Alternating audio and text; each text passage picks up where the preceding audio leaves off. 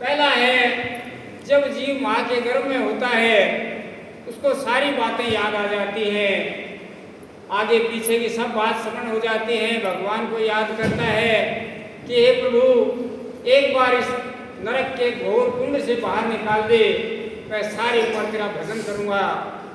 लेकिन जब प्रसव काल के बाद बाहर आ जाता है और बचपन बीतने पर जब विवेक जागृत हो जाता है, अच्छे बुरे का ज्ञान हो जाता है, तब फिर शरीर संसार के प्रपंच में फंस जाता है, फिर भगवान का स्मरण भूल जाता है।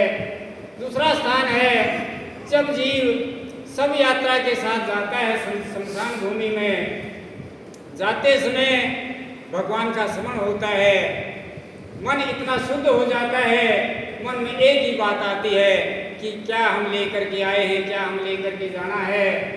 भगवान का स्मरण करना चाहिए, सबको इसी स्थान पर जाना है। लेकिन जब संस्कार होने के बाद वापस घर की ओर मुड़ते हैं, तभी मन के विचार बदलने शुरू हो जाते हैं और घर पहुंचते पहुंचते सारी बातें भूलकर फिर शरीर संसार के प्रपंच में फंस जाते हैं।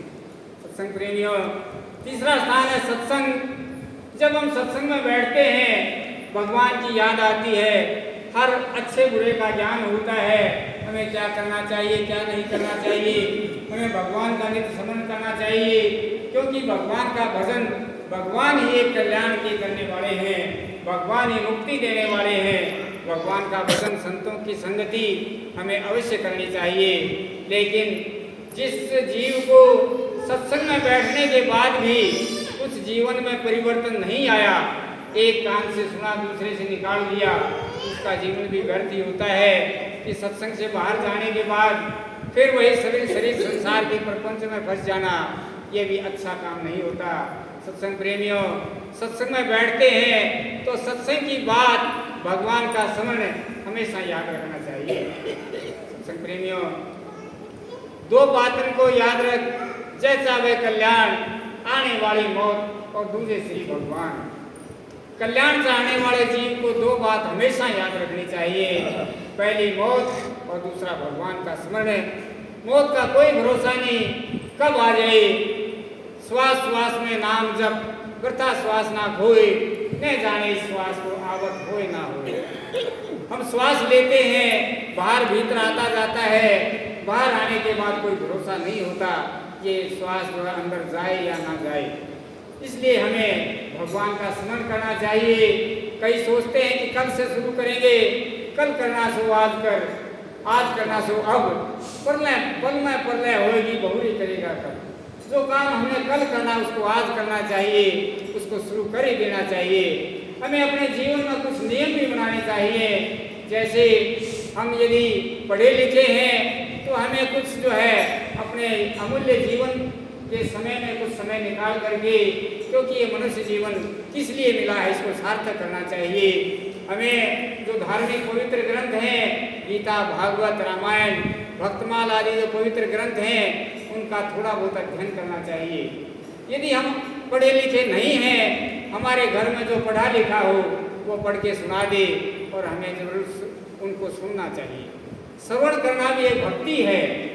सत्संग प्रेमियों, यदि हम इतना भी नहीं कर सकते तो हमें नाम संकीर्तन का समय तो अवश्य निकालना चाहिए हर रोज, क्योंकि भागवत जी में भी लिखा है, नाम संकीर्तनम यस्य सर्व पाप प्रणाशनम प्रणाम दुख समनम तम नमामि हरिं परम।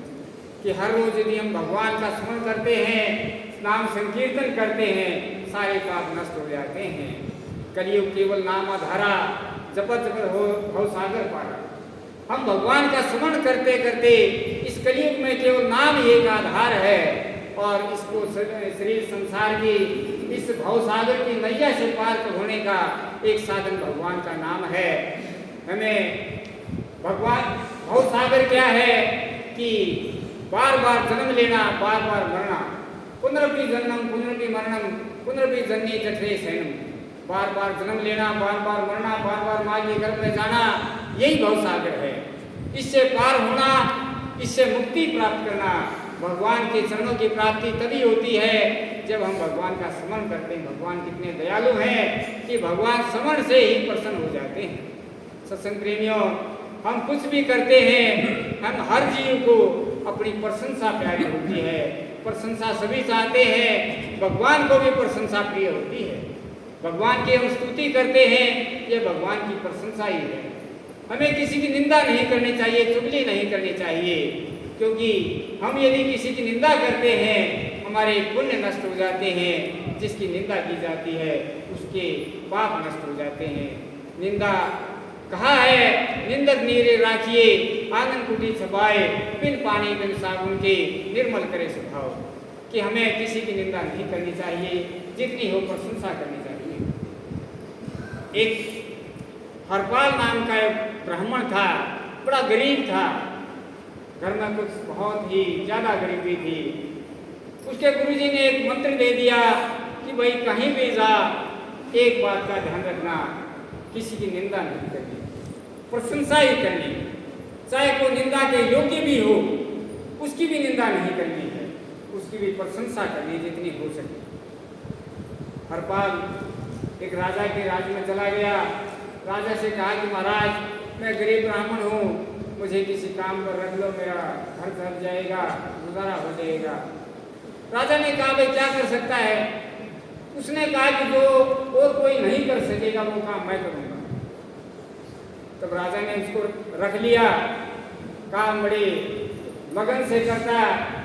और गुरुजी ने यह भी कह दिया था कि चाहे तेरे प्राण भी चले जाए, लेकिन जो काम तुम्हारी जिम्मेवारी लग जाए इसको पूरा करना है। एक बार राजा लाव लश्कर के साथ दूसरे कहीं जाना था, जंगल का मार्ग था, जंगल में पड़ाव लग गया, सबको बड़ी प्यास लगी, गर्मी का मौसम था। तो राजा ने कहा, नजदीक कोई बावड़ी थी, कोई हरपाल इसमें से जल भर के ला।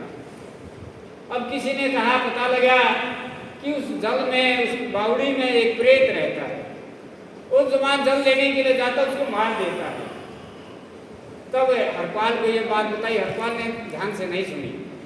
हरपाल घड़ा लेकर के चला गया और जब बावड़ी में जल भरने लगा, वहाँ प्रेत सामने आ गया, बड़ा ठाका ला दिए, हंसने लगा कि भाई तुम कौन हो? तब उसने कहा कि भाई मुझे लोग हरपाल कहते हैं, मेरा नाम हरपाल है। प्रेत ने कहा, भाई हरपाल पहले ये बताओ कि मैं कैसा लगता हूँ। अब प्रेत तो कैसा लगेगा? हरपाल को गुरुजी की बात याद आ गई, भाई निंदा नहीं करनी चाहिए। हरपाल ने कहा कि तुम बहुत सुंदर लगते हो, इस दुनिया में जो कुछ भी सुंदर है, मैंने तो सबसे सुंदर आपका ही शरीर लगता है। तब उस प्रेत के पास अपनी पत्नी प्रेतनी भी थी। उसने वो अपनी पत्नी से बहुत प्रेम करता था और उसने मार करके अपने में मिला लिया और हड्डियों का ढांचा अपने पास में रखा था। तब उसने कहा कि ये बताओ मेरी प्रेतनी, मेरी पत्नी ये कैसी लगती है? तब उसने कहा कि इससे सुंदर युवती तो मुझे इस संसार में कोई देखी ही नहीं है। प्रेत बड़ा प्रसन्न हो गया और प्रसन्न होकर के कहा, मैं तुमसे प्रसन्न हूँ, वरदान मांग लो। तब हरपाल ने कहा, कोई देखो, अब मैंने तो आपकी सच्चाई बात कह दी, सत्य बात कही है। दूसरे लोग आएंगे तो ऐसी सत्य बात नहीं कहेंगे। मैं यही चाहता हूँ तुम इस बावड़ी को छोड़ करके और कहीं चले जाओ, क्योंकि और कहीं पानी का साधन नहीं है, लोग जल पीने आएंगे, तुम उसको मार दोगे। तो वो प्रेत जो है प्रसन्न होकर के कहने लगा कि ठीक है, मैं इस स्थान को छोड़ करके चला जाता। हरपाल घड़ा भर करके जल का लेकर के राजा के पास आया और सब राजा से कहा कि महाराज ये जल पियो और जिसने स्नान करना स्नान करो। वहाँ पर जो प्रेत था वो चला गया है, उसको भगा दिया गया। राजा बड़ा प्रसन्न हुआ और प्रसन्न होकर के राजा ने जो है उस हरपाल को अपना मंत्री बना दिया। सत्संग प्रेमियों, इसलिए हमें जो निंदा के योग्य हो उसकी भी निंदा नहीं करनी चाहिए, क्योंकि निंदा करने से हमारे पुण्य नष्ट होते हैं और जिसकी निंदा की जाती है उसके पाप नष्ट होते हैं। इसलिए निंदा बहुत बड़ा पाप है।